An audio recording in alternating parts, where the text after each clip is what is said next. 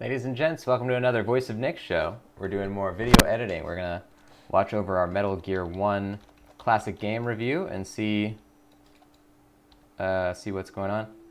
Something's going on with my keyboard though. I can't press plus and minus here. Okay. Oh, maybe it has to do with using the IME keyboard. There we go. Nope. Still can't do it. I don't know what's happening with this. I can press minus but not plus.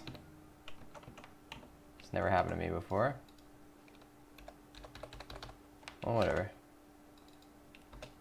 Ladies and gents, we have finished playing Metal Gear on stream. I'm super excited. This is my favorite franchise of all time. Metal Gear 1 is an absolute classic and it still holds up. So let's take a look at Metal Gear 1.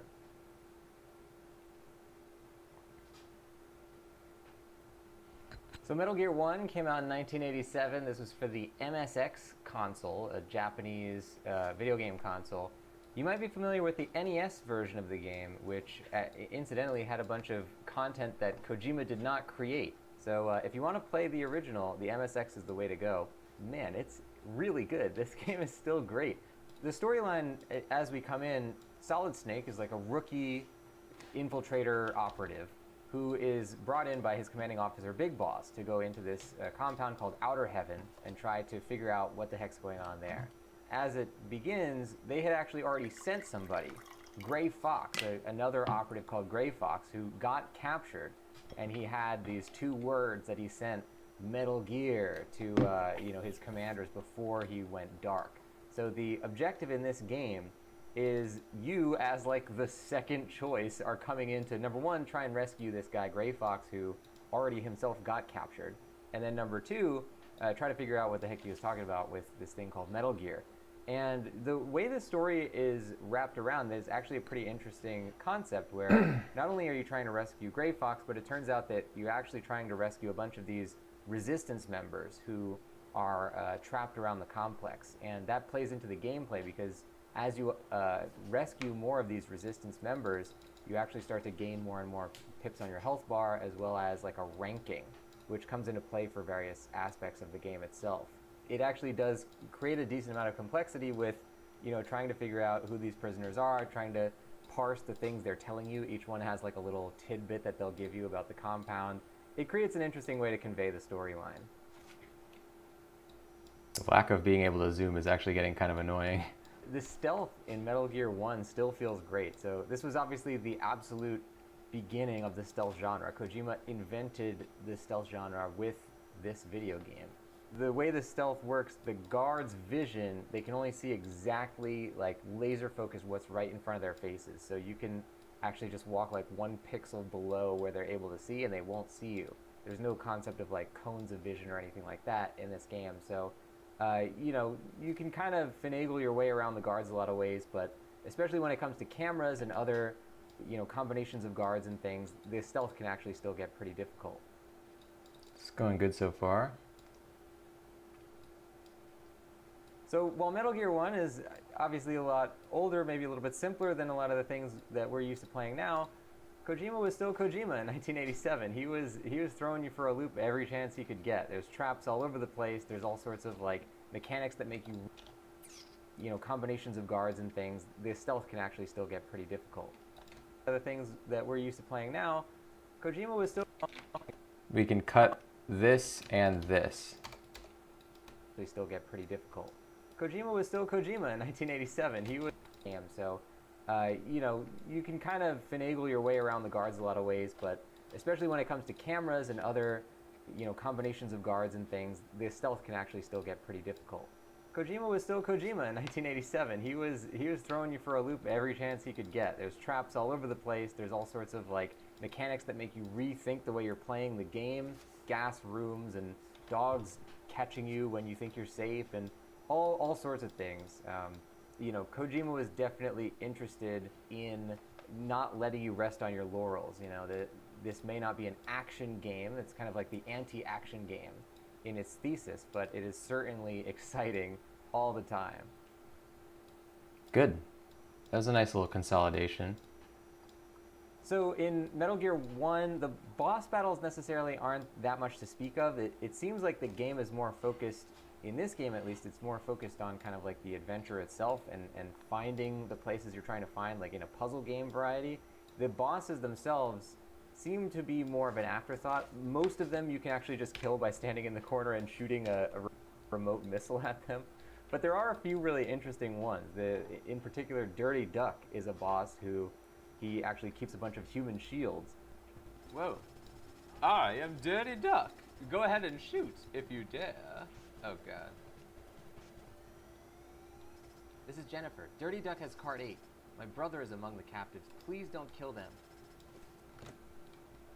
If anything happens to my brother, I won't help you anymore. Oh god. So that if you kill the human shield who Dirty Duck is holding, they will not talk to you. Your handler will actually not help you until for the rest of the game.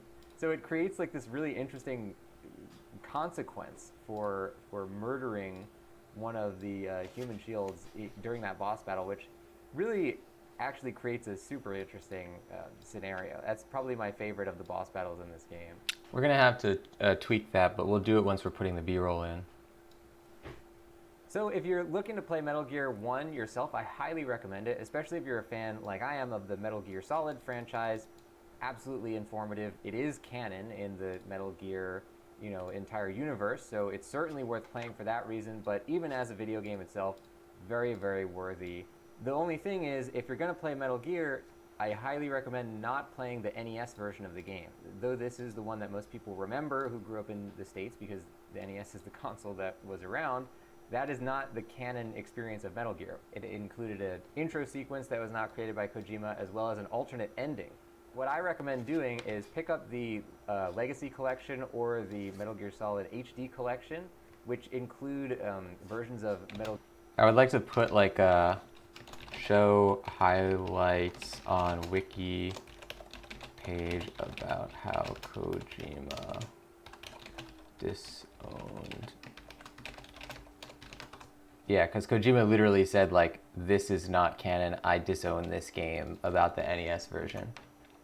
Alternate ending. What I recommend doing is pick up the Legacy Collection or the Metal Gear Solid HD Collection, which include versions of Metal Gear Solid 3. And if you go into Metal Gear Solid 3, you'll actually see that they have remasters of both Metal Gear 1 and 2 in that version of the game. So I highly recommend jumping into that remaster, playing those versions of the game. But however you go about it, Metal Gear 1, awesome game. Give it a shot. I'll see you guys on the next one. Thank you for watching this classic game review of Metal Gear 1. Look out for more of these things. I'm a huge Metal Gear fan, so I'll probably be doing more of these as we in that version of the game. So I highly recommend jumping in, give it a shot. Go about it. Metal Gear 1, and jumping into that remaster, playing those versions of the game. And 2 in that version of the game. So I highly recommend jumping into that remaster, playing those versions of the game. But however you go about it, Metal Gear 1, awesome game. Give it a shot. I'll see you guys on the next one. Thank you for watching this classic game review of Metal Gear 1. Look out for more of these things. I'm a huge Metal Gear fan, so I'll probably be doing more of these as we progress through the franchise. Don't forget to subscribe on this YouTube channel and leave a comment. Let me know what your favorite thing about Metal Gear 1 is. I'll see you guys on the next one. Thanks for watching, and bye-bye. Cool. All right, so we're roughly 6 minutes with this edit right now. Hey, Space Dust coming in with a resub. We are closing out this one. Space Dust, welcome on into the stream. Let's get an exclamation mark hype in there. And of course, Space Dust, as a continued member, as a member of the Coffee Posse, you get many things on this channel, including the Voice of Nick emote, legendary status in the chat and Discord, 200 meatballs, higher chance to win in the heist minigames and ad-free streams. You also have that handsome sub badge in front of your name. And because you are a tier 2 subscriber, a member of the Latte Club, you also have that handsome Voice of Nick cringe emote as well. Thank you so much to Space Dust for the continued support. And welcome into the show. We just watched through our whole Metal Gear 1 classic game review. I hope you enjoyed what you saw. There's going to be a lot more B-roll coming in there soon. And ladies and gents, with that, we're actually closing out the show. This one we watched through our whole edit, made a couple of tweaks. Next time we start adding B-roll clips of the game itself into the edit and adding music to finalize. So we're getting pretty close on this one. Thank you everybody for joining. If you don't know where these videos end up, you can go on our, we post all these videos on a secondary YouTube channel. It's called Voice of Nick Vlogs. So you can go on YouTube and search Voice of Nick Vlogs, or you can just click on the link that I'll post in the chat here to our newest video. Get on there. Our newest one is a classic game review of the Hobbit game from 2003. Check the video out. Give the channel a subscribe. You'll see all the stuff that comes out on there. I believe there are already 7 videos on that Voice of Nick Vlogs channel. So give it a look. Give it a subscribe. I'll see you guys on the next one. Thank you for watching, and bye-bye.